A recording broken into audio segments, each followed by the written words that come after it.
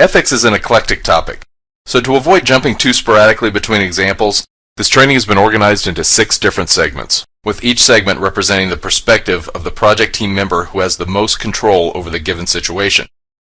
The segments will be as follows: the general contractor, the subcontractors, the construction workers themselves, the architect, the design subconsultants, and finally, the owner and construction manager. Okay, we'll start with the general contractor. Among many other things, these guys are relied on for proactive project management, a good safety program, diligent quality control, and, of course, fair and equitable change order pricing. The general contractor is expected to provide a sufficient number of staff members with appropriate experience levels to run the project and provide effective leadership throughout the bidding and construction phases. Okay, let's move on to our first example. Let's come out of the gate hitting some contentious issues head on. We'll begin our training by analyzing some of the negative stereotypes directed towards general contractors. On negotiated projects, general contractors always have nuggets hidden in their estimates. Nuggets are essentially pockets of money buried in the estimate, and these nuggets may be unnecessary additional line items or they might be inflated line items. For instance, a GC estimator might include a budget in his estimate for installation of door frames, but intentionally double cover this work by having the framing subcontractors included in their scope of work as well. The framing subcontractor will then install all the door frames and the GC will keep the money in their budget without having to perform the work. Or a GC might include a budget that is sufficient to cover dumpsters for all the subcontractors, but then tell each sub to include money for dumpsters in their bids. Now, when reviewing the GC's estimate, the construction manager will see line items for door frame installation and dumpsters. They'll acknowledge that those are necessary items of work and fair values, but never realize that this work has been double covered. Now, this is primarily because each subcontract value is typically reflected as only a single line item in the GC's estimate. The reality is that some general contractors do in fact hide nuggets in their estimates, but please give GCs as a group the benefit of the doubt and assume that most of them do not. Now, for a lump sum bid, the bidders are trying to cut their costs as low as possible to win the job. So adding these nuggets to their estimate is not in their best interest. This isn't something we need to be concerned with for lump sum bidding. However, negotiated contracts are a concern. In the case of a negotiated contract, the GC already has the job, so it's in their best financial interest to negotiate as high of a contract price as possible. This is when we really need to keep an eye out for these nuggets. The first step to managing this issue is obviously to employ a reputable general contractor. However, keep in mind that nuggets are hidden by individual project managers and estimators, not by a company or as a company policy. Adding nuggets is of course never going to be a written company policy. Even though we may have had great experiences with a general contractor in the past, we need to remember that the people we're entrusting for the day-to-day decision making on this new project are, in the most cases, not the same team that we worked with before. Those individual people are brand new to us. The second step in managing this issue is for the CM to thoroughly review both the general contractor's estimate and the subcontractor scopes of work. They need to use their expertise to identify any inflated or unnecessary line items. Now, this is nothing really new and there are no tricks to this, but there are a couple things worth mentioning. It's important that an experienced person does this review. Don't pass it off to junior level people who won't know what to look for. This task is boring, so we might be inclined to pass it down the ladder. It's also a great training exercise for the younger folks, but we need to fight that urge. The CM owes it to the owner, and that's why the owner has hired that CM. One more point, and it's an important one. Maintain the highest degree of ethics and fairness when reviewing the GC's estimate. We must be fair and have an initial mindset that the estimate is correct. Don't have a mindset of looking for something to strike out. The GC must be given a fair contract value. Owners routinely hand out pats on the back for struck out line items, but striking out items arbitrarily is not a fair business practice. This next negative stereotype is closely related and really a continuation of the last one. On negotiated projects, general contractors always have nuggets buried in the subcontractor scopes. The reality is, some general contractors do in fact utilize their bid instructions to hide nuggets in the subcontractor scopes of work. The bid instructions may direct subcontractors to include items of work that are duplicated in the GC's budget, duplicated among multiple subcontractors, or it might even be unnecessary work items. For instance, the general contractor might have each sub include a $5,000 allowance for final cleaning, when in fact the general contractor actually has the final cleaning covered in their own estimate. After the prime contract is executed, and for the most part, no one is looking, the GC will then issue deductive change orders to each subcontractor to move this money into their own budgets. The $5,000 per subcontractor in this example will add up to a sizable amount, all of which is just arbitrarily added to the general contractor's budget. To manage this issue, the CM needs to request copies of the bid instructions and read them. Anything the GC wants the subs to include beyond what's in the drawings and specs will always be in their bid instructions. They will never tell subs verbally to include additional costs in their bids, and a sub won't include anything unless it's in writing, and that works to our advantage. Copies of the bid instructions are routinely requested by CMs, and they are commonly skimmed over, but they are not always thoroughly reviewed, analyzed, and compared to other documents like the GC's estimate. As another example, subs may be directed to include an allowance of, say, 2% of their bid values for change order work, but the GC then uses this allowance to cover any mistakes they make, not owner change orders, even though the owner is paying this additional 2% via the subcontract values. This is a common nugget that effectively increases the general contractor's contingency value.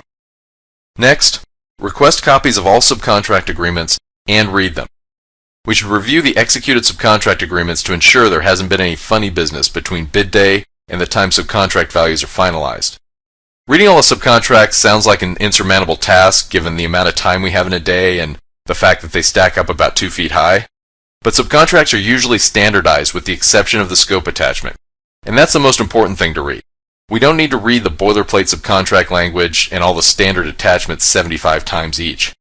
Any nuggets the GC has asked the sub to include will usually be written into the scope attachments.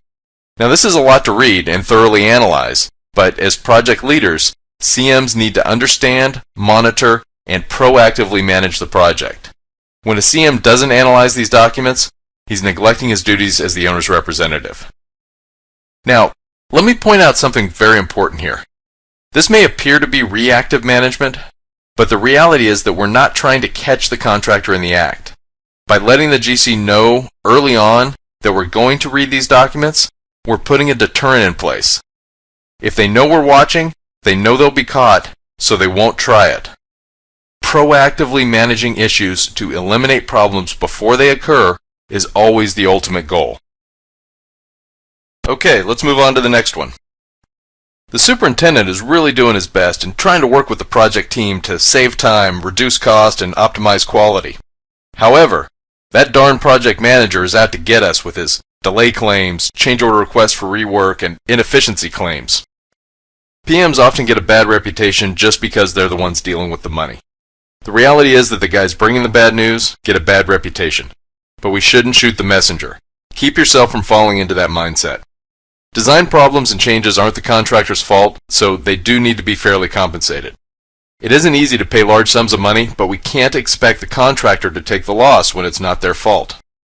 On the contrary, superintendents have an excellent reputation for honesty and ethics.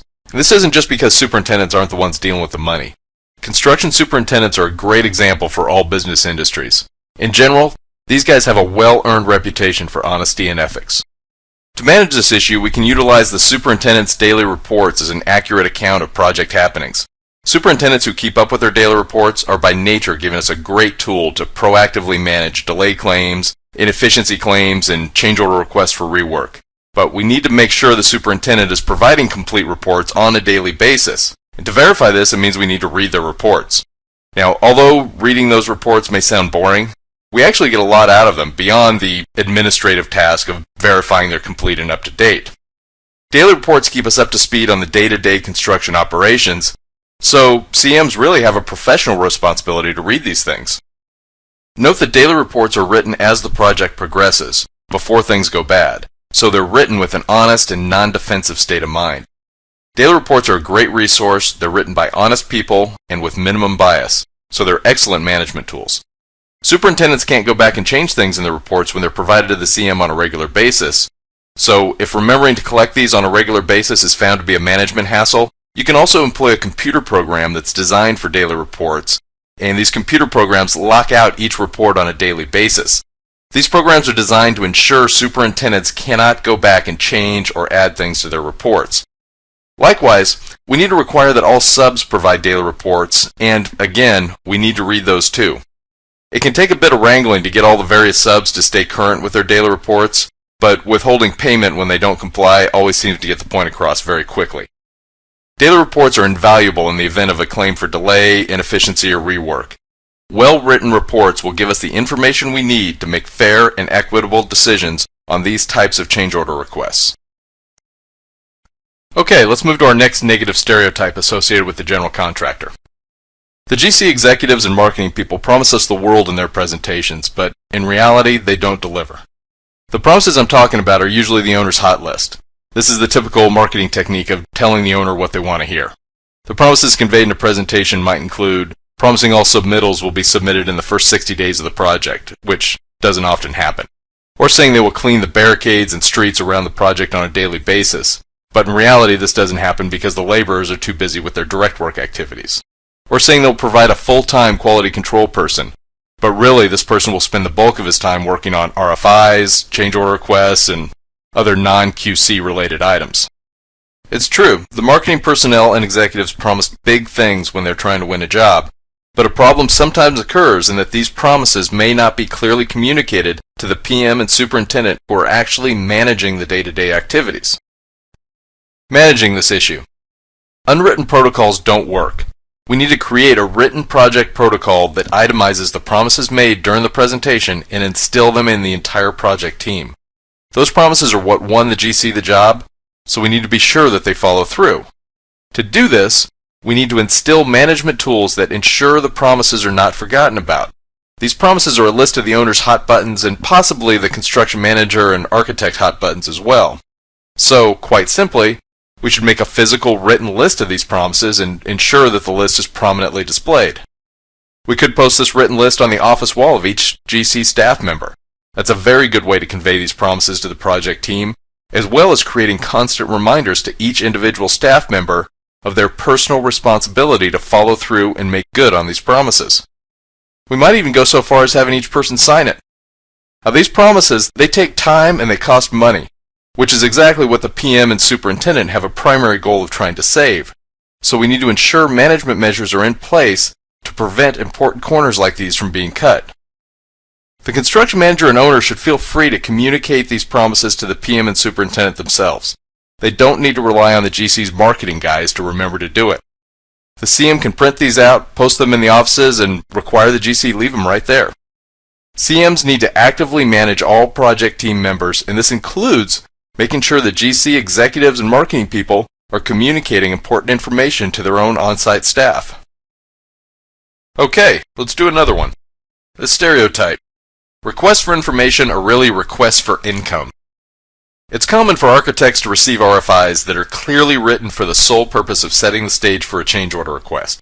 This is a political game some contractors, and especially a lot of subcontractors, have been known to play. The reality is some contractors do use the RFI and other processes unethically, but most do not. The old saying, innocent until proven guilty, applies very well here.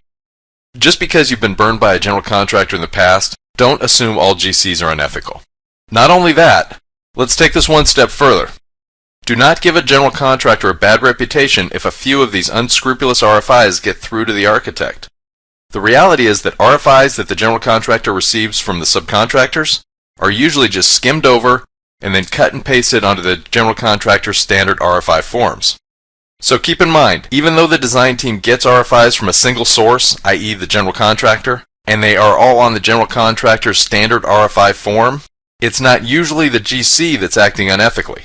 The vast majority of RFIs originate from the multitude of subs and manufacturers. They don't originate from the GC themselves. Given, the general contractor is supposed to review all RFIs before passing them on to the architect, and when they don't, they are neglecting their responsibilities. Theoretically, the general contractor should stop these sorts of RFIs before passing them on to the architect, and the general contractor should be reprimanded when they get lazy about passing through RFIs. But nevertheless, don't jump to the conclusion that the GC is trying to manipulate the facts in an attempt to fabricate unwarranted change order requests. It may very well be a subcontractor who's the culprit here. To manage this issue, we need to keep our cool and look at each project issue objectively. It's easy to get upset when predatory RFIs are received. But when an architect fights fire with fire and starts sending back aggressive defensive answers, it creates tension. And this can continue a very, very bad chain of events. First, one or two unethical subs may send a few slanted RFIs. Next, the architect reacts to this and panics, then starts distributing aggressive defensive answers to all RFIs. Since all RFIs will come to the architect on the same standard form with the general contractor's letterhead, the architect may not look down the line and actually think that they're just responding to the GC themselves. But really what is happening is that the aggressive defensive responses from the architect are distributed to all the subcontractors. So even if only one or two isolated subs are acting unethically, the architect is firing back at the whole lot of them. For all the innocent subs, these defensive RFI responses make them think that the architect is actually the aggressor. So, all the other subs will then become very defensive, thinking that the architect is out to get them. This downward spiral needs to be nipped in the bud. Don't get overly defensive. The CM needs to stay level-headed and be sure the architect and rest of the design team remains level-headed as well. One thing a CM may do if tension begins to develop is to bring this to the general contractor's project manager's attention and specifically request that the contractor rewrite slanted, aggressive RFIs. These slanted RFIs will be running through a young project engineer, so the PM may not even know there's a problem until it's specifically brought to his attention in this manner. The CM also needs to remind the architect, sometimes on a routine basis, to look at each issue objectively and that RFIs do in fact come from a wide variety of sources. It's also a good idea to have the architect address their concerns about financial responsibility separately. Keep it off the RFI form and avoid mass distribution of defensive answers to the entire subcontractor community. In essence, be sure the design team keeps their cool. The design team must take the high road and never lower themselves to the level of the relatively few subs that may be submitting predatory RFIs. CMs are project leaders, so it's their job to manage the team such that we prevent tensions from escalating unnecessarily. Escalated tensions have a way of creating delays and change order issues. Okay, let's move on and examine some ethical dilemmas. Here's ethical dilemma number 1. After competitive bids have been received, should the general contractor attempt to make a buy?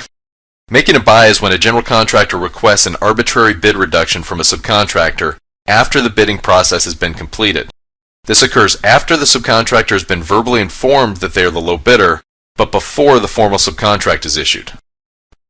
The answer is quite simply no. The reason? When bidders are competing against each other for a project, they will already be providing the lowest bid possible. When in direct competition, they are already taking every ounce of fat possible from their bids and submitting the absolute lowest price that they are comfortable with. This practice is used to pad a GC's contingency and is common on both hard bid and negotiated prime contract types. How this works is that the sub-bids are tabulated and the prime contract value is based upon those submitted bid values. Then, on a negotiated project in particular, the GC will wait until a prime contract is fully executed, at which time they will begin attempts to enter into subcontract agreements for lower values. Once a prime contract is executed, the reality is that the CM and owner are usually no longer watching. On negotiated projects, the CM can manage this issue by requesting copies of all fully executed subcontracts, and then of course verifying that those values match what was used to tabulate the prime contract value. However, on public works projects, the CM will unfortunately have less authority in this regard. Now, when the GC knows the CM will be reviewing the subcontracts, it's a deterrent. The GC will avoid this practice when they know they'll be caught later. So by letting the GC know they're being watched, we've prevented this unethical act from occurring. Once again, our goal is not to catch them in the act. It's to prevent the act from ever happening in the first place. Requesting copies of all fully executed subcontracts is a good proactive management practice. This practice might be used to strong-arm subcontractors. Whether expressly stated or implied by the way it's stated, asking subcontractors for money sends a signal that if they don't give the GC a portion of their money, they may lose even more by being treated unfairly through the course of the project. In other words, the subs that give money back will be given preferential treatment, and the subs that don't will be given last consideration. There's no other reason a sub would give money back. This isn't a charity, and they're not giving away money out of the goodness of their hearts. So whether expressed or implied, this is extortion. In the end, the owner is most likely to pay for it. Put yourself in the sub's shoes. They want to get that money back. When a GC strong arms a subcontractor, the sub will inevitably try to recoup this money by fighting fire with fire and inflating their change order requests as the project goes on. And those change order requests are usually directed to the owner. Generally, subs don't see beyond their contractual agreement with the GC to see that it's the owner they're actually recouping their money from. And even if they did, they may not care where the money comes from. They just want their money back. So in the end, not only will the owner overpay the GC for the higher subcontract values, but they will get hit in the pocketbook again when they end up overpaying for change order issues as well. And I'll tell you, when the subs do this, they're likely to get their money back and then some. Let's look at the numbers. For this example, let's assume a subcontractor has submitted a bid for $1 million. This sub has direct cost of $900,000, overhead of $50,000, and a 5% profit which amounts to another $50,000 for a total of a $1 million bid. Because this subcontractor was in direct competition with other bidders to get the job, we know that this $1 million bid is the lowest value that they are comfortable with. Then the subcontractor gets a call from the general. The general contractor first lets them know that they're the low bidder, but then the general contractor demands a 1% buy. Fearing repercussions from the general contractor, the subcontractor gives in. After the general contractor makes a 1% buy, the subcontractor still has direct costs of $900,000. Their overhead is still $50,000. They aren't magically getting away from either of those. So it's their profit that takes the hit. This is a 20% reduction to the subcontractor's profit. Let's also look at these numbers from the general contractor's perspective. For this example, let's consider a $50 million prime contract for which $45 million of that is subcontracted. We'll say the general contractor's initial profit is 3%, or $1.5 million. Then they make their buys, and each sub gives back 1% of their bid value. Their initial profit of $1.5 million, plus 1% of the subcontracted $45 million, which is $450,000, equals $1.95 million. This is a 30% increase to the general contractor's profit. Let's take a second to discuss the commonly abused term, business decision. These examples we just went over, and the examples yet to come, are often referred to as good business decisions. For some reason that I can't explain, people tend to feel far less personal accountability for their actions when the label of a business decision can be placed on them. It's as if calling something a business decision magically makes everything okay. Some of my least favorite excuses when people act unethically are, "It's just business," and "I'm just doing my job." The fact is that we are all personally accountable for everything we do and every decision we make, whether it be personal or professional. Okay, let's go to our next ethical dilemma. Ethical dilemma number 2. After negotiated bids are received, should we make attempts to lower the subcontractor pricing? Negotiated subcontracts are relatively common for the MEP and other primary trades on privately funded projects. The answer is yes. The reason is because there must be a series of checks and balances. Without competitive bidding as a means of ensuring fair pricing, we must thoroughly review and negotiate the subcontract values. Though CMs may have a working knowledge of subtrades, they are not going to be experts at every single one of them. For this reason, it's often a good idea to have a third-party peer review done. MEP proposals usually fall into this category, as those are very technical scopes of work. There's a lot of money on the table here, so we have to keep those subcontractors honest. But, and this is a very big but, reductions should never be arbitrary. Again, requesting arbitrary reductions is not a fair or ethical business practice.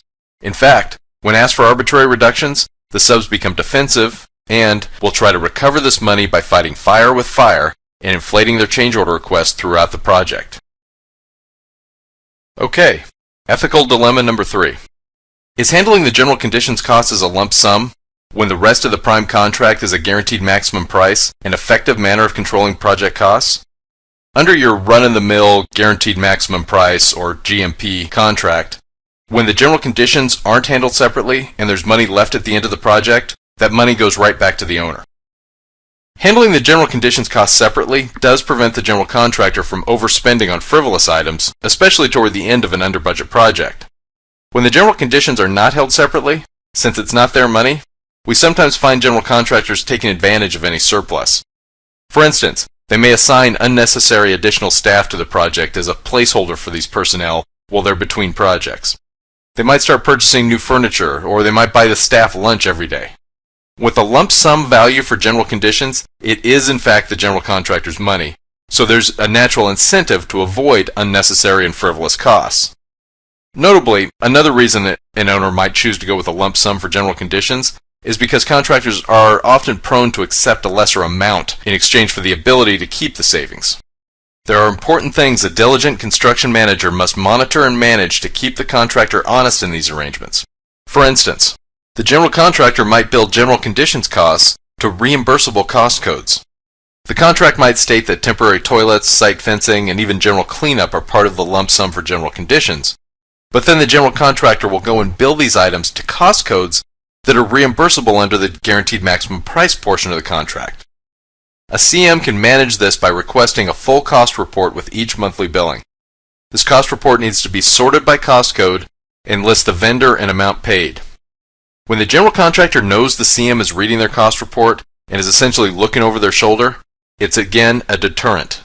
Once again, we're not trying to catch them in the act, we're trying to deter them from committing the act in the first place. Prevention is always the best solution. Or the general contractor might provide insufficient staff. By far, the biggest portion of a general conditions budget is staff cost. So when the contractor cuts staff, they save a lot of money. However, providing insufficient staff is a very, very common cause of poorly run projects. The general understanding that running what has been termed a lean staff is synonymous with cost savings is untrue. We can manage this concern by creating a schedule that reflects planning activities like submittals, MEP coordination, and exterior skin coordination. When the general contractor is falling behind on this administrative schedule, it's an indication that they have insufficient staff. Or if we see that the staff is working 60 or 70 hours per week and still falling behind in their duties, that's another obvious indication that they're understaffed. General contractors may short staff as their own cost savings, but the reality is that they benefit and the owner loses. Poorly managed projects always have more change orders, lesser quality, and increased delays due to a lack of planning and foresight by the general contractor. If the general contractor says they can run a project with X number of people, and this number is specified in the contract, of course we hold them to it. But remember that this is not the only thing they're held to. The general contractor is also responsible for efficiently and effectively managing the project, and this supersedes any specified staff count. They must provide sufficient staff to efficiently and effectively manage the project, even if this number is greater than the contractually stipulated quantity of staff. When the GC falls behind in their administrative and planning activities, the CM must demand supplemental staff right away. Time is of the essence. The longer we wait to implement the additional staff, the faster and further the project will spiral downward. Ethical dilemma number 4. Consider a GMP contract for which all savings are returned to the owner. The general contractor is running the project and responsible for the budget, so why is owner approval necessary for contingency usage? General contractors often wonder why this is because clauses of this nature are never found in hard bidding, which have lump sum contract agreements. Contractors commonly attempt to argue this clause, but they are rarely successful. The answer is to ensure the general contractor does not spend the owner's savings unwisely. For this example, we're of course assuming the project comes in under budget and there is in fact a credit to the owner. For instance, when a subcontractor who has a good relationship with the general contractor has lost a lot of money on a project, the contractor might be prone to help them out financially by paying some undeserving change order requests out of the contingency, which is easy for the general contractor to do because it isn't their money. This diminishes the owner's savings, which is in fact stealing from the owner. Or for a project with a lump sum for general conditions, the general contractor might move contingency money into their general conditions, and this should never be allowed, as the contractor is not entitled to use the contingency in this manner. However, when reviewing contingency usages, the CM needs to remember that contingency money is for contractor mistakes, and mistakes happen. The construction manager should never withhold approval unreasonably. Admittedly, it's hard to approve money for mistakes, but that's what this money is for. A simple blessing of contingency usage is a good management practice. This protocol lets the GC know that they're being watched, which is an excellent deterrent from contingency abuse. Once again, we're not trying to catch the contractor in the act, we're preventing the act from occurring. Ethical dilemma number 5. Consider a general contractor who attempts to cover their own mistakes in owner change orders. For this example, let's assume we have an electrical subcontractor that submits 3 change order requests. The first change order request is for $10,000 and is the owner's responsibility. The second change order request is for $20,000 and is also the owner's responsibility. The third change order request is for $8,000, but this time it's something that the general contractor is responsible for. Now naturally, this GC doesn't want to pay that $8,000, so this GC is going to try to work out a deal. This general contractor then asks the electrical subcontractor to revise their quotes such that the owner change order requests are each increased by $4,000, and that $8,000 change order request that the general contractor is responsible for is eliminated. Now the total amount due to the electrical subcontractor doesn't change, so they may not care where the money comes from. This happens behind closed doors, but it's not as difficult to catch as you might think. Monitoring the paper trails of a project is the best defense. The general contractor will likely know about that $8,000 issue before the subcontractor submits a change order request for it. Thus, the issue will be tracked on their internal change order log. Requiring the contractor to provide copies of their internal change order log periodically throughout the project is a good defense. So when seeing an obvious change order issue miraculously go to zero, the CM has a duty to ask the general contractor what happened. They may very well have a good answer, but if they do not have a good answer, the construction manager needs to investigate further. This is a relatively easy requirement to make for a private project, but of course getting copies of the contractor's internal change order log on a public works project may not be as easy of a task. When the general contractor knows their paper trail is being monitored by a diligent construction manager, they will think twice before performing these unethical acts. And once again, we're putting a deterrent in place. We're not trying to catch the general contractor in the act. We're letting them know that we're going to monitor their paper trail, so we're trying to prevent the act from ever occurring. Ethically speaking, this is stealing no matter how you look at it. In this case, the electrical subcontractor, in collusion with the general contractor, is an accomplice to the theft of $8,000 from the owner. And yes, I did use that ugly legal word collusion intentionally. Unfortunately, business decisions such as this normally result in little or no accountability for the individuals conspiring in the unethical act. The general contractor might say, "But the electrical sub did it." The electrical subcontractor will then say, "But the GC told me to." Each may point fingers at each other and even convince themselves that they are not personally accountable, but the fact is that they are both personally accountable for this theft. Okay, next let's look at ethical issues that center around subcontractors. Subcontractors are heavily reliant on others and don't fully control their own destiny. Subcontractors are experts in their own individual trades, but they are not experts in other trades. We rely on them for quality craftsmanship, timely performance, and, of course, fair change order pricing. They rely on the design team for clear direction in the drawings and specs, and they rely very heavily on the general contractor for a clear division of work with the other subs, a fair schedule, and an efficiently run project. Subs are so heavily reliant on others that they are sometimes selective about which GCs, architects, and owners that they're willing to work with and will provide bids to. When a sub is less trusting of a GC, architect, or owner, the sub will either decline to bid on a project or increase their bid value to cover their risk and anticipated losses. This is why maintaining good relationships with subcontractors is so important. Similar to our last segment, we'll begin by analyzing some negative stereotypes that are often targeted at subcontractors. For our first example, let's discuss the stereotype that subcontractors always inflate their change order pricing. The reality is that some subcontractors do in fact inflate their change order pricing, but it is also important to recognize that others do not. We get change order requests from a single source, the general contractor, and like RFIs, submittals, and all other project correspondence, the change order request will be on the general contractor's letterhead. But we need to remember that change order requests originate from a wide variety of subcontractors. Just because we receive a couple inflated change order requests it doesn't mean that this will be a standard practice for the project. Avoid becoming defensive, look past the general contractor to the root of the problem, and focus your scrutiny on the individual subcontractors that are acting unethically. There are things we can do to proactively manage this issue. First and foremost, try to attain pricing prior to beginning work. By getting pricing early, we have the luxury of time to review it and negotiate if necessary. When we don't get pricing early, we're really just proceeding blindly. And this isn't always avoidable, but we need to do our best to attain pricing ahead of time whenever possible.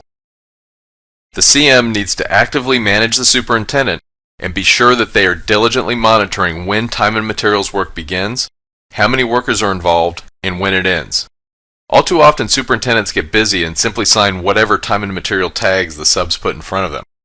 But when T&M work is being paid by the owner, superintendents tend to become lackadaisical about it because it's not their money. This is an unfortunate fact of human nature that we just need to deal with. Diligently monitoring T&M work is a point the CM should stress to the superintendent on a regular basis. Now, we of course can't watch the superintendent or the T&M work itself all day long, but we need to do the best we can by stressing this issue on a regular basis. At times, superintendents will say that they don't have time to monitor all the T&M work going on. And when this occurs, and it does a lot, we need to get another staff member to monitor this work. There's a lot of money at stake here, so this oversight is crucial. Obtain unit prices, labor rates, and markup percentages with the subcontractor bids. We want to attain as much pricing information as possible while still in the competitive bidding environment. And this leads us to our next example. For this next example, we're going to discuss the stereotype that when subcontractors provide labor rates and unit costs, their rates are always escalated. The reality is that some, but not all, subcontractors do in fact inflate their labor rates, especially when providing labor rates after being awarded the project. On a negotiated project, get the labor rates, unit costs, and markup percentages with the base bids. This is most efficiently done with standardized bid forms. But in reality, we all know that subs provide bids on their own forms or submit bid forms with a lot of empty blanks. It is in the best financial interest of the owner to get this change order information while still in the competitive bidding environment. So we need to be sure this information isn't forgotten about during the competitive bidding phase. It is the CM's responsibility to enforce this requirement, and they can't allow any exceptions or let this fall by the wayside as it so frequently does. Bidding is hectic, and this component is often disregarded, but we can't let it be. Further, it is also very important to recognize that when change order rates are not a factor in determining the low bidder, there will be no reason for the subs to keep those numbers low. For instance, we could add 150 labor hours and $5,000 in materials plus the respective bidder's markup percentages to each bid, and those numbers are what will be used to establish the low bidder. That will help keep them honest. If the labor rates and markup percentages are a non-factor in winning a job, it's actually in the sub's best financial interest to go ahead and jack them up. On a public project, a set formula for labor rates and firm markup percentages could be established. Establish what the labor rate formula can include, and even provide formulas for things like small tools and foreman's trucks. Don't just let the subs come up with these values on their own. For instance, when the actual cost of a truck is calculated, it may be $3 or $4 an hour. But without an approved formula, the subcontractor may simply plug $15 or $20 an hour for each truck. I once saw a company add 401k costs to their field labor, but looked into it further and found that a 401k is not even offered to their field labor. And now we're on to ethical dilemma number 6. Everyone else uses predatory bidding practices, so that means we have to also, right? Predatory bidding practices are what I call it when bidders search the bid documents looking for errors and omissions that they will be able to submit change order requests for 1 minute after being awarded the project. Intentionally withholding this information in an attempt to take unfair advantage of the owner is absolutely not acting in good faith. And of course, if you're not acting in good faith, you are not acting ethically. The answer is no. When an ethical bidder sees an error or finds an omission in the drawings that they know their competition will miss, there are things they can do. In fact, these things work for honest bid errors too. It doesn't need to be something that we know our competitors will intentionally leave out of their bids as an unethical predatory bidding practice. These work for obscure items that we think our competitors will just quite simply overlook. When our competitors miss things, whether intentionally or unintentionally, it means their bids will be lower. We want to be sure that our competition does not miss anything, as the more work they pick up, the higher their bids are going to be. There's a general competitive mindset that people often have that you would never want to make your competition smarter, but the reality is that if making them smarter makes their bids higher, then making them smarter is actually a good thing. One thing we can do is to write stupid RFIs. Now, at face value, this might sound ridiculous, so let me explain. For this example, let's look at the perspective of a framing estimator who just realized that there's a note on the mechanical drawings calling for fire-rated gypsum board enclosures for much of the above-ceiling ductwork. He also sees that this work hasn't been coordinated with the architectural drawings. Now, this framing estimator knows that the other framing estimators that are bidding this project rarely look beyond the architectural series of drawings when preparing their bids, so he knows his competitors won't look at the mechanical drawings, and as a result, he knows that they're going to miss this work in their bids. That means that their bids will be significantly lower, and he's likely to lose the project to a company whose estimator just flat out missed this work in his bid. When bidding a project, we sometimes don't even know who all of our competitors are, but somehow we need to find a way to alert them of this work. One thing we can do is to write a stupid RFI. For example, he could send in an RFI that reads, "Please verify we are to include the fire-rated gypsum board duct enclosures as shown on mechanical drawings." This RFI is sent to the architect, then the architect is obligated to respond, and they do so in an addenda. Now, the framing bidders may not all find that obscure note in the mechanical drawings, but they will all read the addendas.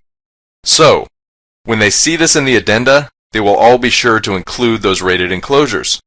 There will be some framing estimators out there that just flat out missed it, and this will help raise their bids. Then, there will also be some framing estimators out there who saw this work, but know that industry standard practice is for the work to be coordinated with the architectural drawings. Therefore, they take the predatory tactic of leaving this work out of their bids in anticipation of getting a change order for it later. Well, by issuance of the addenda, the need for this work was clearly called out to their attention, which means they won't be able to get a change order for it down the road. So, by submitting this stupid RFI, that change order opportunity has been stripped away from those unethical predatory bidders. Now, the architect might respond to this dumb question by saying, "Yeah, of course, you big dummy. That's why it's in the drawings." But don't be discouraged. In writing the stupid RFI, you've done a good thing.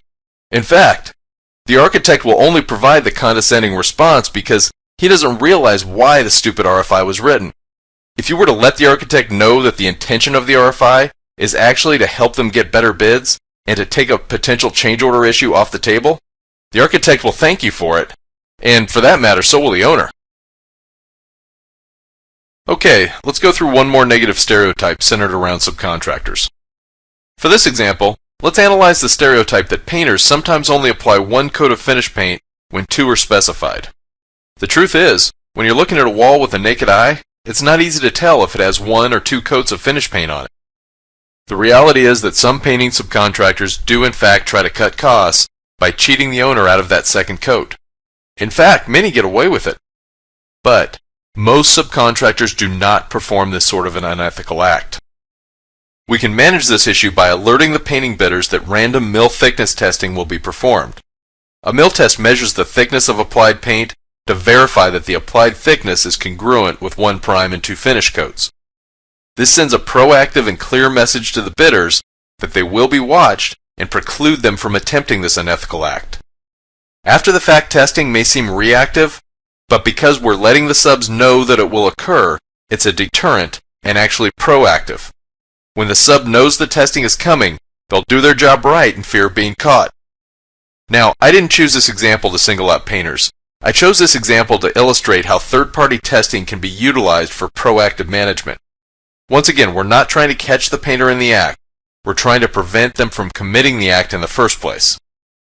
As another example, consider a 3-coat plaster system. Each coat must be given sufficient time to cure prior to applying subsequent coats. With heavy schedule pressure, a contractor might cut plaster curing periods to save schedule time. This diminishes the quality of the plaster, and the problem, which is cracking, may not even become evident for several years, i.e. well after the warranty term has expired. We can manage this issue by requiring the general contractor have moisture testing performed before each subsequent coat, and of course if they furnish copies of the test data to the construction manager. This is another example of how third-party testing can provide a great deterrent. Next, let's discuss the field crews. These guys are the heart of construction, the men and women actually putting the projects together. We rely on them to work hard and provide quality craftsmanship. They're at the bottom of the contractual tier, but we shouldn't treat them as such. We need to treat them with respect because they deserve it. We need to remember that they have lives and families, vacations planned, kids to pick up from school, and dance recitals to go to for their young daughters, just like all the rest of us. They rely on us for fair treatment, to avoid forcing them to work overtime on a regular basis, to ever expect them to cancel a family vacation for the sake of a project, and quite simply, for an honest day's wage in exchange for an honest day's work. I just have one example for field labor. Let's discuss the negative stereotype that union workers are lazy. There is a small percentage that are lazy, but the vast majority of union workers are not. This is truly a case in which the few give a bad reputation to the many. The vast majority of field crews have pride in their work. They work hard, they show up on time, take prescribed break times, and don't leave early. They're loyal to their companies and continually work for the same company for extended periods of time. It's only the few that are only in it for themselves. Nevertheless, we need to plan for these few. As far as managing this issue, we shouldn't pair workers with poor work habits together. Pair them with hard workers who will in turn drive them to perform. Just like how grade school teachers separate troublemakers into separate corners of the room, we need to separate the poor workers from each other.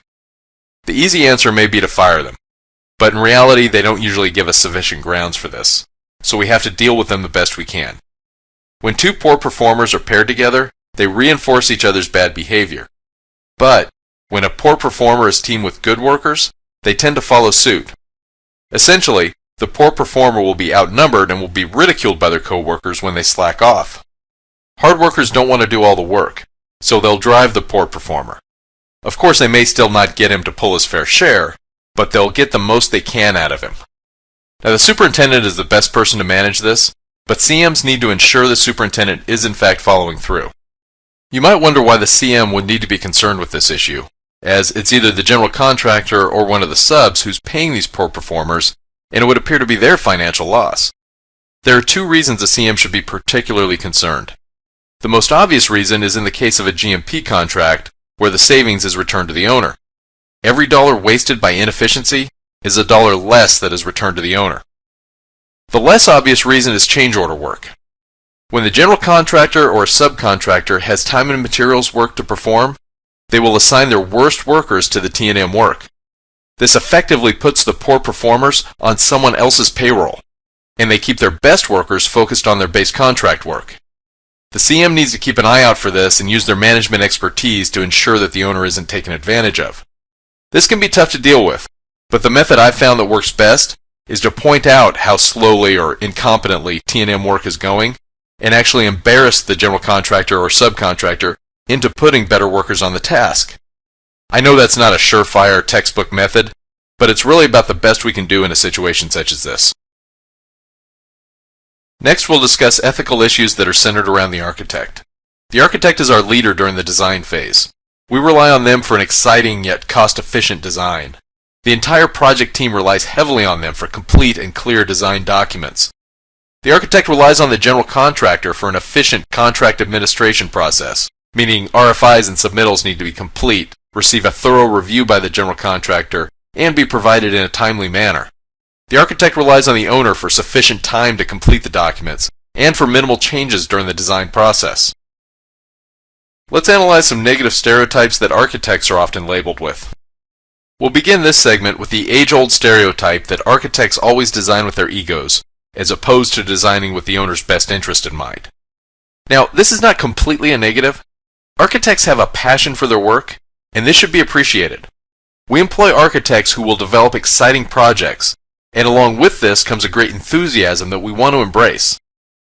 Each element of a design should undergo a very basic cost-benefit analysis. Quite simply, if the cost outweighs the benefit, the element should not be part of the design. Some architects do in fact add luxuries to a project for which the cost outweighs the benefit, but others do not. So we shouldn't arbitrarily place this label on all of them. We want the enthusiasm architects exhibit, but it's hard for an architect to hold back that enthusiasm when developing the design. We don't want to lose the enthusiasm, we just want to rein it in. In the big picture, this excitement for their work is a good thing. I'd take an enthusiastic architect that needs to be reined in over an unenthused architect anytime. First off, employ a trustworthy architect who understands the value of a dollar, and there's an abundance of them out there. Performing a thorough value engineering review is of paramount importance. This can be time-consuming, but the benefit can be tremendous. This brings a great financial benefit, and financial benefit is the primary reason the owner has hired the CM. This next example addresses how typical design contract agreements are often abused. Architects are commonly paid a lump sum for the construction documents, but the contract administration work is billed on an hourly basis. As a result, they spend as little time as possible on the CDs and finish the drawings in the CA phase. When this happens, the owner is double paying for portions of the design.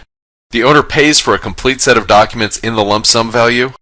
Then they pay the architect again via the hourly portion of the contract.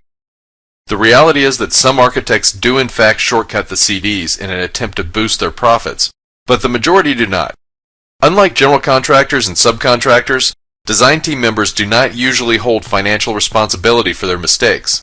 As a result, some design team members have shown a tendency to be somewhat cavalier about the documents that they issue for bid. The best way to manage this issue is to perform a thorough constructability review, and then incorporate all of the comments under the architect's lump sum agreement. Constructability reviews can easily take several weeks to perform, and much longer on larger projects, and then another significant length of time to incorporate all of the comments into the documents. As a result, the comments may not all be incorporated prior to bidding the project, which is very common. Typically, the switch between the lump sum and hourly portions of an architectural agreement occurs when the bid documents are issued. So, to manage this issue, the design team will be required to code all of their time spent incorporating constructability review comments to their lump sum cost codes, even though the work is performed after the bid documents are issued. The constructability review could be performed by the general contractor, the construction manager, or even a third party who specializes in constructability reviews. But it shouldn't be performed by the architect themselves. It should be a true peer review that is performed by someone or a team of people outside of the architect's team. This process will provide assurance that the design team has in fact furnished a complete set of documents and that they've done so under the lump sum portion of their contract. This constructability review process is intensive, and the comments take a great deal of time to incorporate. So in good faith, we must inform the architects of this process prior to receiving design proposals. What we may see is money shifting from the CA portion of their proposals to the lump sum portion, but that's fine. In fact, it's what we want. And finally, please remember to be realistic in your expectations. Drawings must be complete, but they won't be perfect. Problems throughout the construction phase are and always will be a natural part of the construction process. Realistically, we just need to make sure that the quantity and magnitude of problems discovered during the course of construction are well within reason. Ethical dilemma number 7. Is it fair for the bid documents to call for subcontractors to use either a standard or custom color as determined by the architect? This is a particularly common requirement for sealants and for factory finished items like storefront mullions and metal panels. The answer is no. Variables cannot be part of a lump sum competitive bid. Bidders must know exactly what to price in order to determine a firm lump sum value for their bid. Custom colors cost more than standard colors. It is unfair to require that subcontractors include variable cost items in their lump sum proposals. Some architects think special colors should be the same price, but the truth is that they're not. It takes labor to make special batches for submittals and to go through that approval process. It also takes labor to make special batches of paint for the actual materials. In the fabricator's shop, a special setup and manufacturing run through the paint room for that special color is also an inefficiency cost. Manufacturers are in business to make money just like all the rest of us, and we can't require them to perform work for free, or to take on risk for free. Let's look at this from the different sides. One bidder may take a gamble and include only enough money in their bid for a standard color. They will then lose money if a custom color is eventually chosen. Another bid may include enough money for the custom color, but then lose the job because it made their bid higher than that bidder who took the risk. This is not a fair position for either of these bidders to be placed in. An architect may think that all subs should just go ahead and include the cost of a custom color, but if a standard color is later chosen, there is no way to get the money back, and the owner will have paid for something that they did not receive. The proper way to manage these issues is to eliminate variables from the bidding process. If it cannot be determined with certainty prior to bidding, the next best thing is to call for a standard color in the base bid, then have the bidders provide an additive price for the special color. This way we will at least receive the additive price while the bidders are still in the competitive bidding environment. Ethical dilemma number 8. Is it a perfectly acceptable practice to require that the contractor simply include allowances for any items that the design team hasn't finished prior to issuing the bid documents? This often occurs in the design team's race to the finish. The answer is no, because allowances are still billed against with change order pricing. Allowances are simply budgetary placeholders for anticipated future change orders. They do not prevent change orders.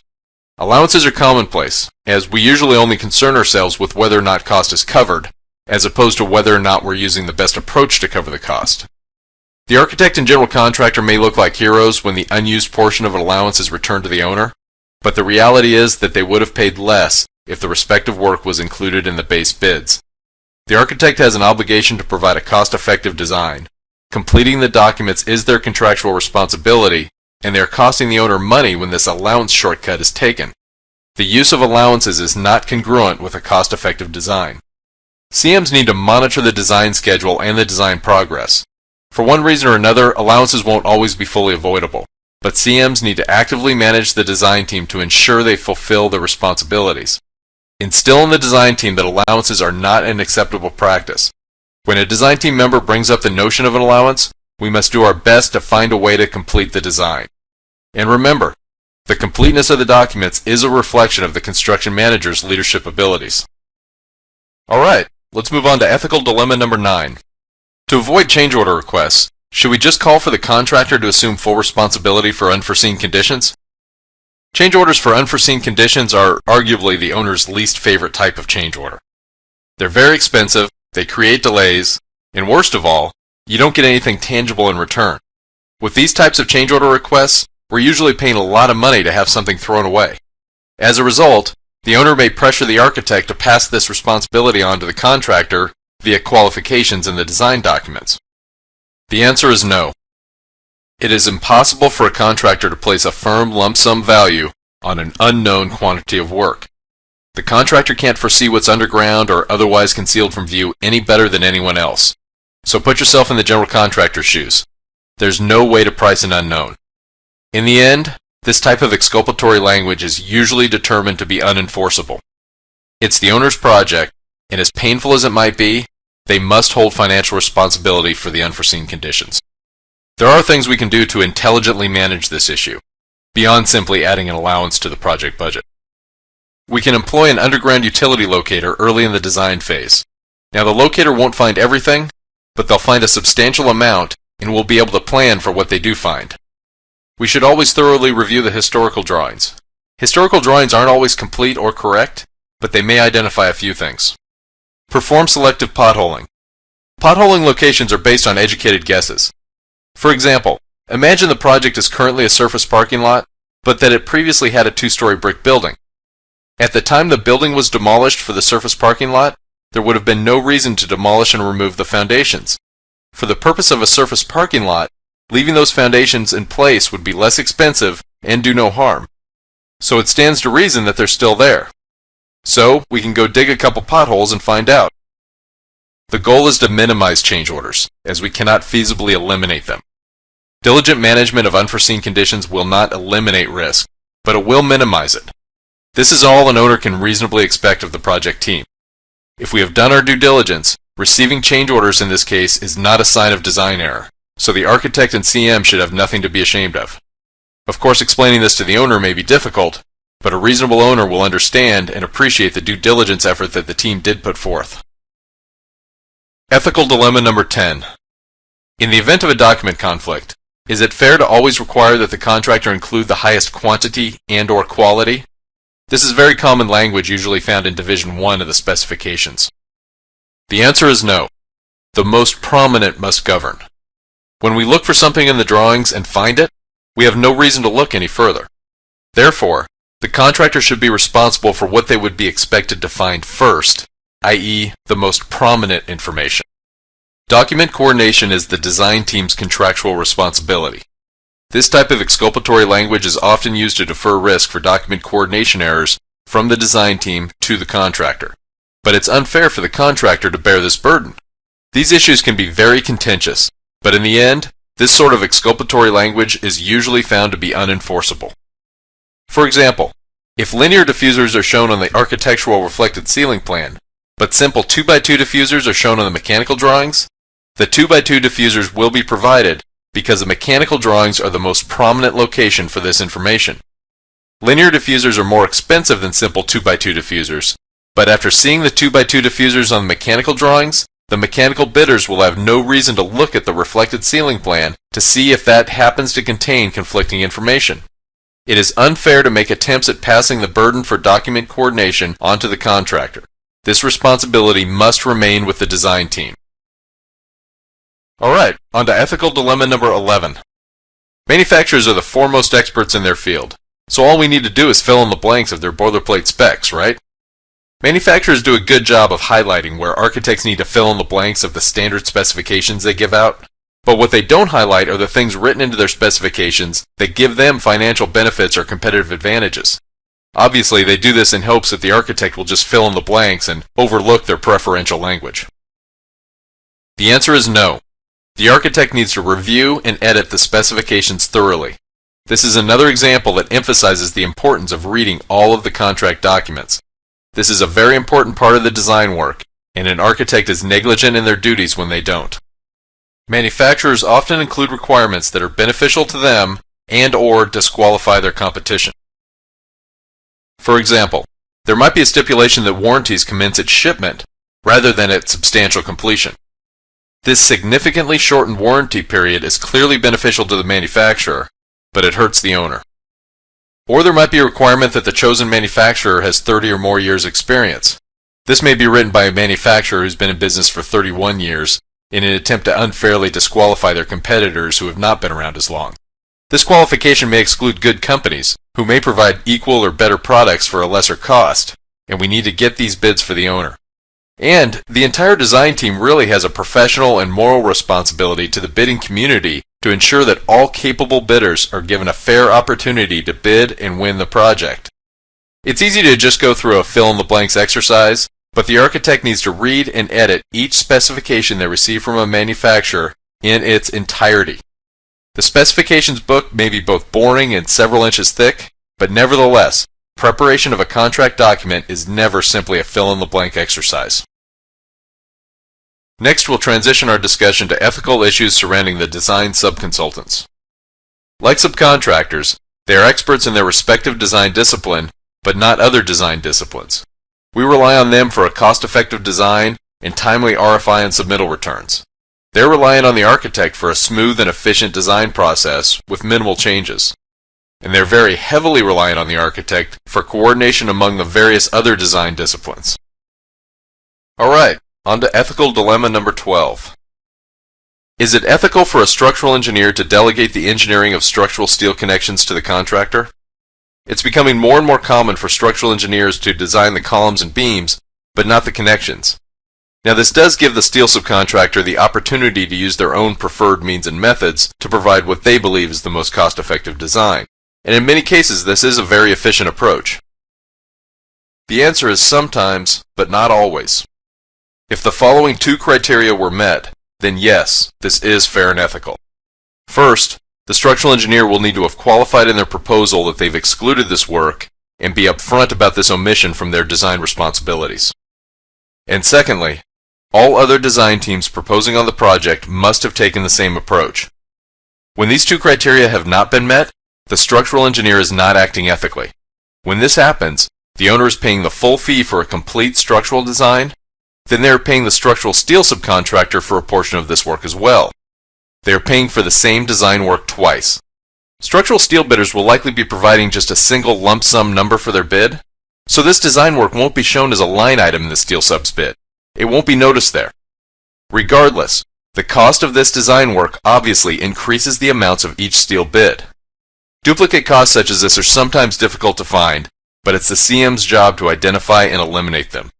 The only place to find this unfair delegation of work might be in the structural bid documents, and it might be just a single note in the structural drawings.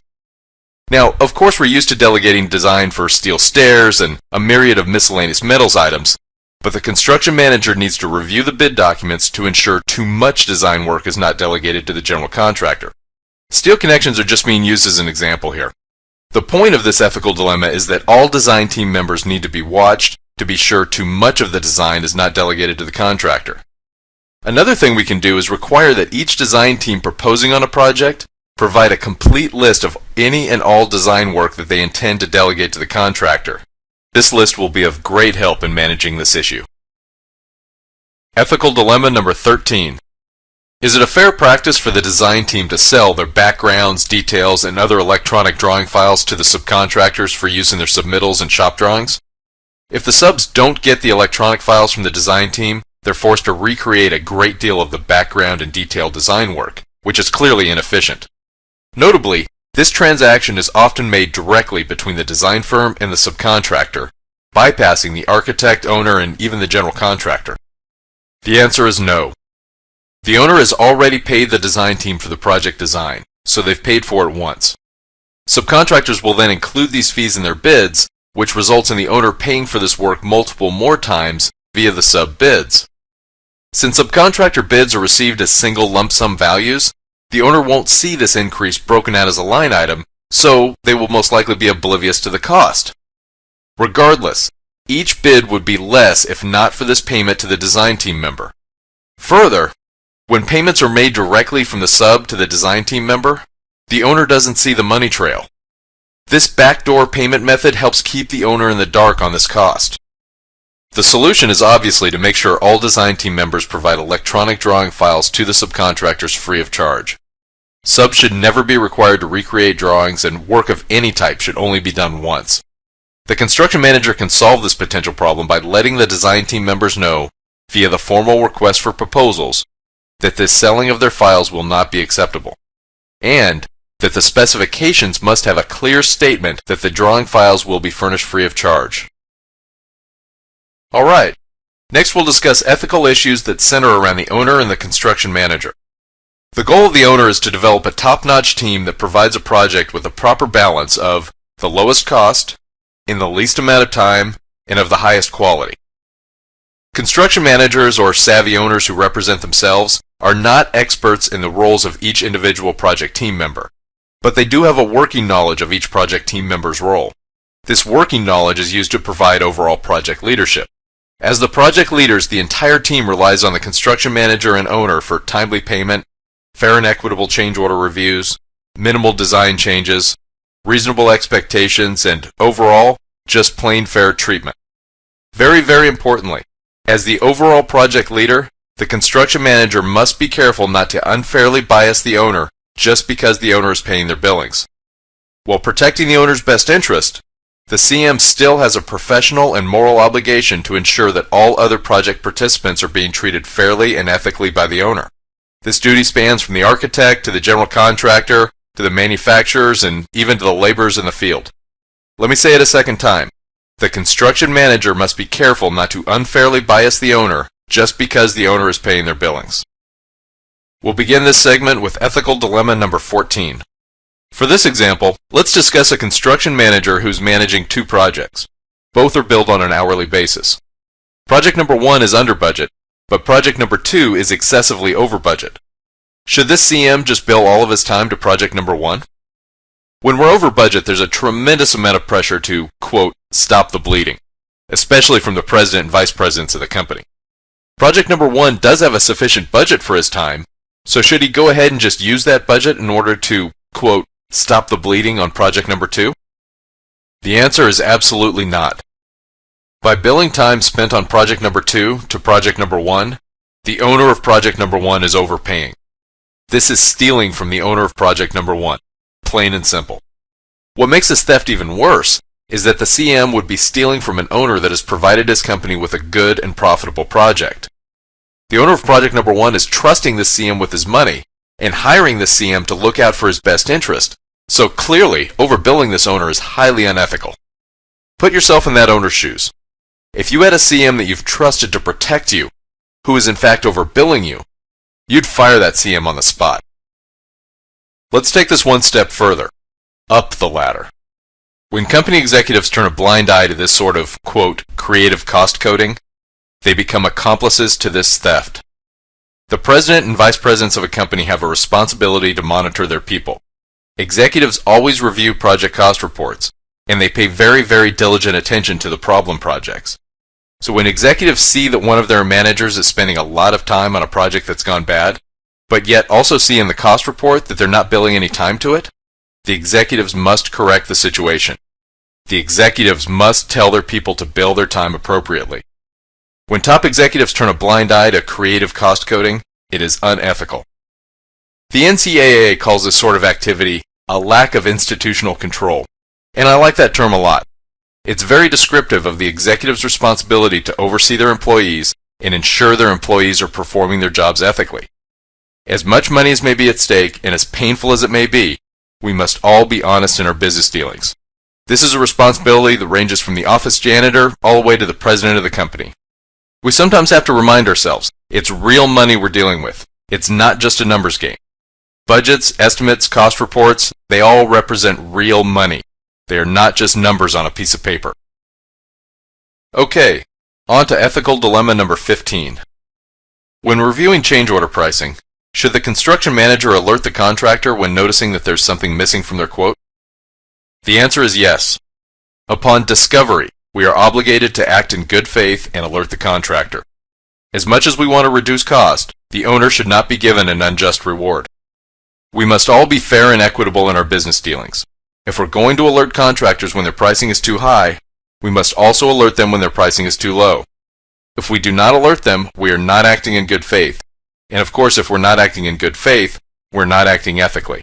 Of course, the construction manager doesn't need to actively look for these mistakes, but if he does come across them during the normal course of his review, he does have a duty to notify the contractor. This is both an ethical and legal obligation. Full disclosure is the only acceptable practice. Let's change tack a bit and talk about some unethical phrases that have become commonplace in the business world. To start, let's examine 3 different conversations between ethical and unethical parties, and a very disturbing similarity in the perspectives of the person on the unethical side of these conversations. For this first scenario, let's examine a conversation when a general contractor meets with a subcontractor to discuss one of their change order requests that is clearly unwarranted. The general contractor begins the conversation by politely saying, "I'm sorry, but this change order request really is not warranted." The sub then replies, "Well, I submitted it, so send it through to the owner. I want to make an attempt at getting that money." Remaining polite, the general contractor then states that he really doesn't feel comfortable sending this through to the owner. And the subcontractor sharply rebuts, "What do you care? It's the owner's money." Okay, let's jump to a completely different scenario. In this case, a construction manager is meeting with the general contractor to discuss a different subcontractor's change order request that is clearly fair and equitable. The subcontractor is not present at this meeting, as they rarely are when general contractors meet with CMs to discuss change order issues. The CM begins this change order discussion by saying, "We need to cut the budget. Tell this sub to cut his price by 20%. The GC then responds by very politely asking, "What is the reason? We've reviewed this and it is clearly warranted as submitted." The CM replies that the project is over budget and we just need to cut costs. The GC then humbly responds that he really doesn't feel comfortable asking the subcontractor to take a loss for the sake of the owner. The CM then rebuts, "Why do you care? It's the subcontractor's money." In this third scenario, a construction manager meets with the owner to discuss a general contractor's GMP contract. Notably, the general contractor is not present at this meeting. The owner states that this project is costing more than they had anticipated and directs the CM to tell the contractor to lower their GMP by 1%. The CM then calmly and politely replies, "But you, I, and even our third-party estimator have already gone back and forth with the contractor and we've all determined that this is a fair value. What reason do you have for lowering it at this point?" The owner bluntly responds, "We just need to find ways to cut the budget." The CM then states that she really doesn't feel comfortable asking the contractor to make an arbitrary reduction like this. And the owner rebuts, "Why do you care? It's the contractor's money."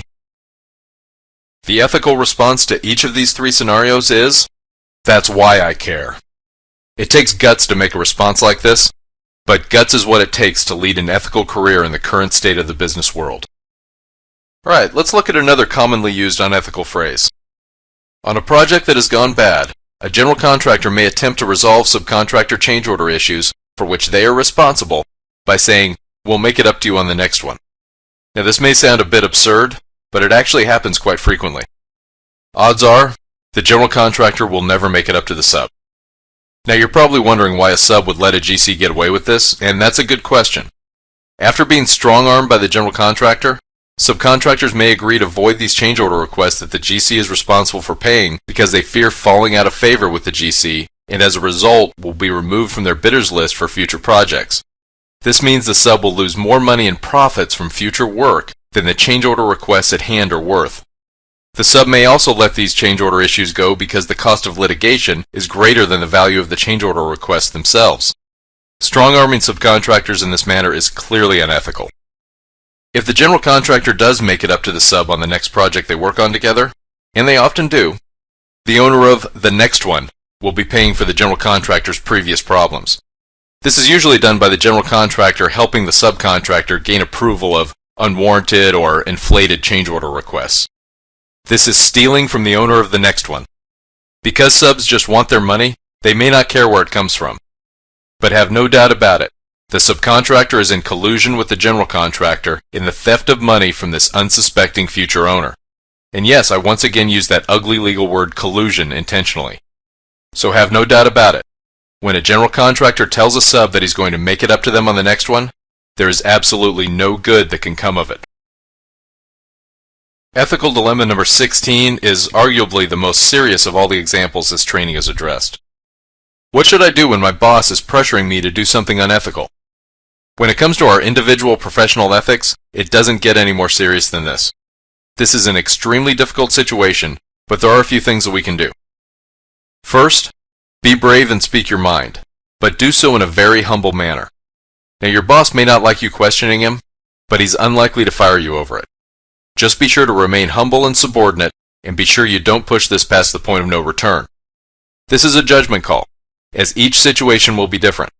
Every employee and every boss is a unique individual, and every relationship between an employee and a boss is also a unique relationship. So be brave, but use your own best judgment as to how brave you can be with your own boss. Just speak in the first person about your own feelings and how you feel.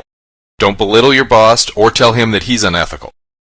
You might lose your boss's favor or be passed over for promotion, but you won't likely be fired. As a second option, you can play dumb and get your boss to do it. Telling your boss you don't think you understand or have the proper expertise to pull it off might make your boss think you're dumb, but it will get you out of having to perform the unethical act personally and make him do it himself. In fact, when bosses are in a position that they have to perform ethically questionable acts themselves, there's a good chance they'll chicken out in the end. It's a lot easier for them to casually put a subordinate in a bad position than it is for them to put themselves in that same position. For instance, let's say a project manager is directed by a vice president to perform an unethical act to the owner. But the owner catches that PM and becomes irate. So irate that he calls the PM's boss, who is that same vice president. The owner doesn't know the VP told the PM to do it, so that VP can sympathize with the owner and tell him that the PM will be reprimanded. Because the VP sent his subordinate off to do this act, he always maintained his own personal innocence in the face of the owner. In this case, the fact that the PM got caught is really not a big deal for the VP himself. However, if the VP would have performed the unethical act himself and been caught by the owner, it would be a whole other ballgame. If caught performing the unethical act himself, that VP would be in some serious hot water. This is why bosses commonly chicken out of performing risky, unethical acts themselves. As a third option, we can discuss the issue from the third party's point of view. For this example, let's look at a scenario of a vice president directing a project manager to lie to the owner in an attempt to get an unwarranted change order request approved. The following dialogue will illustrate how a project manager might discuss this issue from the owner's point of view in order to get out of performing the unethical act himself. This is something that needs to be done carefully, So you'll see from this example that the project manager spends a bit of time leading up to asking his boss to do it. He doesn't just flat out ask his boss at the start of the conversation. He handles his conversation very cautiously and very carefully.